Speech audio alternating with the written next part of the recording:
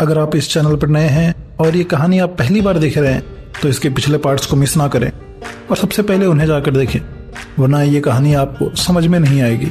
तो अब आपका और ज़्यादा समय ना लेते हुए सीधे कहानी पर आता हूँ।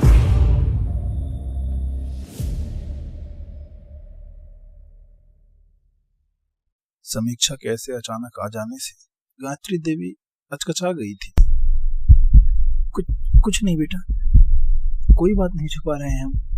गायत्री देवी की घबराहट देख समीक्षा को अजीब लगा।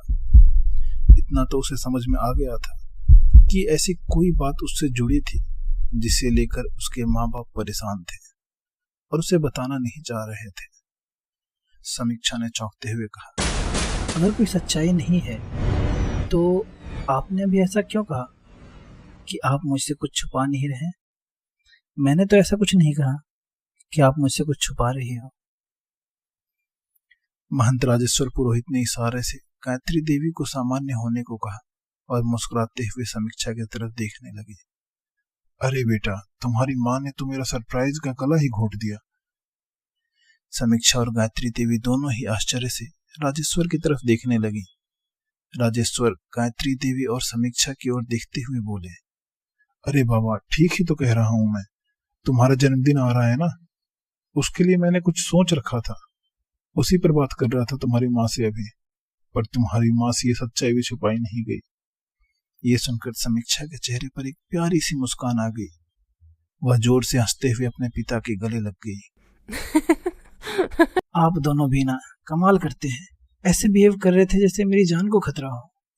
समीक्षा की बात सुनकर राजेश्वर और गायत्री देवी एक दूसरे को परेशानी भरी नजरों से देखने लगी। अच्छा बाबा, चलो नीचे, हमारा इंतजार हो रहा है, आरती का समय हो गया है, राजेश्वर पंडित ने बात बदलते हुए कहा। राजेश्वर पंडित की बात सुनकर समीक्षा चौंक गई। इंतजार हो रहा है?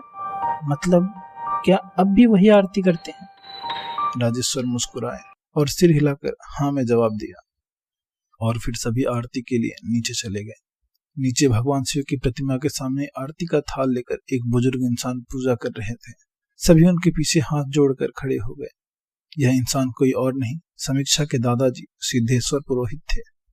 महंत सिद्धेश्वर पुरोहित मान मर्यादा प्रतिष्ठा को बहुत महत्व देते थे। संस्कारों के खिलाफ जाना उन्हें बर्दाश्त नहीं था। इस उम्र में भी वे बड़े समय के पाबंद थे और घर के सदस्यों को भी समय के महत्व को समझाने से नहीं चूकते थे। घर में दबदबा अब भी महंत सिद्धेश्वर प्रसाद का ही था। पूजा के बाद सिद्धेश्वर पंडित गायत्री देवी की ओर घूमते हुए कड़े स्वर में बोले, गायत्री, मैंने तुम्हें 10 मिनट पहले आवाज दी थी, फिर आरती में आने में तुम सबको इतनी देर क्यों हुई? घर की मालकिन ही अगर समय का महत्व नहीं समझेगी तो बाकी क्या करेंगे? समीक्षा शांत होकर अपने दादाजी की बातें सुन रही थी। वह बचपन से ही अपने दादाजी के व्यवहार को जानती थी, इसीलिए उसने मुंह बंद रखना ही बेहतर समझा। गायत्री देवी सिर झुकाकर बोली, जी पिताजी, गलती हो गई, आगे से ऐसा नहीं होगा। सिद्धेश्वर प्रसाद समीक्षा की तरफ घूमते हुए बोले, तुम अपने कमरे में जाओ, मुझे तुम्हारे माता पिता से कुछ बात करनी है। समीक्षा चुपचाप वहां से चली गई। समीक्षा के जाते ही सिद्धेश्वर पंडित के चेहरे का भाव बदल गया।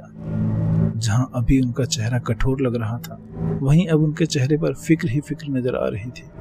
क्या बात है पिताजी, आप बहुत परेशान लग रहे हैं? राजेश्वर पंडित ने अपने पिता की तरफ देखते हुए पूछा। समीक्षा को आए हुए 2 दिन हो गए हैं, भाग्य ने अपना कालचक्र घुमा दिया है। सिद्धेश्वर गंभीर थे।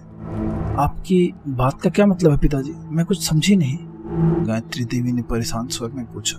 सिद्धेश्वर पंडित ने गंभीर स्वर में जवाब देते हुए कहा, आज का दिन उसके जीवन पर बहुत भारी है। किसी भी हाल में समीक्षा को आज घर से बाहर जाने नहीं देना, खुले आसमान में तो बिल्कुल भी नहीं। आज वही लाल अमावस की रात है जिसकी रोशनी हमारे कुल के लिए अशुभ है। गलती से भी अगर ये लाल रोशनी समीक्षा पर पड़ गई तो अनर्थ हो जाएगा। हमारे कुल को 100 साल पहले मिला हुआ श्राप हमारी समीक्षा पर नजरे गड़ाए बैठा है। आज तुम्हारी जिम्मेदारी 2 गुनी है, किसी भी हाल में समीक्षा को घर से बाहर जाने मत देना।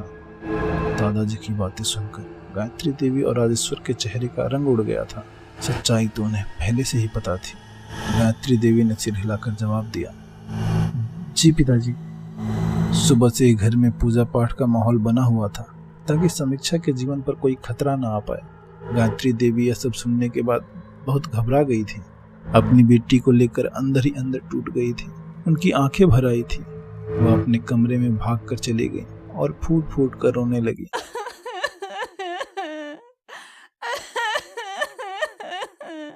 तभी कमरे में राजेश्वर पंडित ने प्रवेश किया। वो अपनी पत्नी को ढाढ़स बंधा रहे थे, पर भला एक माँ का दिल ऐसे कहाँ मान सकता था। गायत्री देवी समीक्षा के जन्म की कहानी याद करने लगी थी। याद करते करते उसके मुंह से निकला, हमारी इकलौती बेटी है समीक्षा, यह एक माँ का दिल जानता है। वह यह कभी बर्दाश्त नहीं कर सकती कि उसकी बेटी का जीवन संकट में हो। आपको याद है जब हमें पता चला था कि मैं माँ बनने वाली हूँ, आपने यह खबर पूरे सिवानपुर को पता लगने नहीं दी थी। मुझे यहाँ से दूर ले जाकर उन आदिवासियों के कबीले में रखा था, वहीं समीक्षा का जन्म हुआ था। राजेश्वर ने सिर हिलाते हुए जवाब दिया, कुछ नहीं भूला हूँ मैं गायत्री देवी जी, सब याद है मुझे। फिर भी सिवानपुर में यह खबर आग की तरह फैल गई थी कि 50 साल बाद पुरोहित कुल में फिर से एक बेटी का जन्म हुआ है। मुझसे सब बर्दाश्त नहीं होगा, मैं अपनी बच्ची को नहीं खो सकती। कहीं वो लाल रोशनी उसके कमरे में आ गई तो? नहीं, आज की रात में उसे अकेला नहीं छोड़ूंगी, बिल्कुल भी नहीं छोड़ूंगी। सिमी अपने कमरे में बैठी थी। पूरा दिन बीत चुका था और शाम घिरने को आई थी। वह भी अपने कमरे में बैठे बैठे बोर हो चुकी थी और इधर उधर टहल रही थी।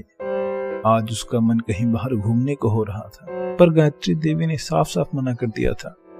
पूछने पर गायत्री देवी जी ने यही बहाना बनाया था कि आज घर में कोई विशेष अनुष्ठान है और दादाजी का सख्त आदेश है कि आज कोई घर से न निकले। इसके अलावा एक विशेष बात और थी कि इस अनुष्ठान में घर के सभी सदस्य को शामिल होना जरूरी था।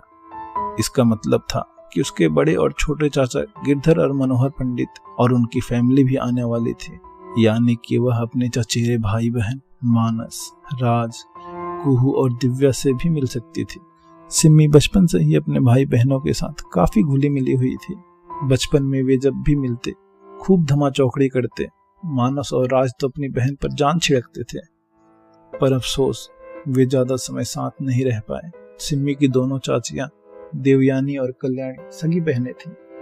वे शुरू से ही अपने परिवार के साथ अपने मायके में रहती थी। गिरधर और मनोहर पंडित ने भी वहीं अपना आशियाना बसा लिया था और साल में एक आध बार वह सिवानपुर आते थे। बाद में सिम्मी भी अपनी पढ़ाई के लिए बड़े शहर चली गई थी, इसीलिए उनका अपने भाई बहनों से मिलना जुलना बहुत कम हो गया था। अब काफी दिनों बाद वे सब फिर से मिलने वाले थे। ऐसे में वह इस बात को लेकर काफी उत्साहित थी कि उसकी मुलाकात मानस, राज, कुहू और दिव्या से होने वाली है। मानस जहां गिरधर और देवयानी का इकलौता बेटा था, वहीं राज, दिव्या और कुहू मनोहर और कल्याणी के बच्चे थे। सुबह से दोपहर और दोपहर से शाम होने को आई, पर उनका अब तक कोई पता नहीं था, इसीलिए वह बेचैन इधर उधर टहल रही थी। तभी अचानक उसकी नजर कमरे की खिड़की पर पड़ी। खिड़की पर लगा कांच एकदम से लाल हो गया था। समीक्षा को समझ नहीं आ रहा था कि ऐसा कैसे हुआ। उसने उठकर खिड़की खोली। खिड़की खोलते ही सामने का नजारा देखकर चौंक गई। आश्चर्य भरी नजरों से वह हवेली के आसपास देख रही थी। उसे अपनी आंखों पर यकीन नहीं हो पा रहा था। हवेली और उसके आसपास के सारे इलाके में लाल रोशनी दिख रही थी। सब कुछ लाल लाल चमक रहा था। आसपास के पेड़ पौधे, झाड़ियां, मकान सब लाल रंग के नजर आ रहे थे।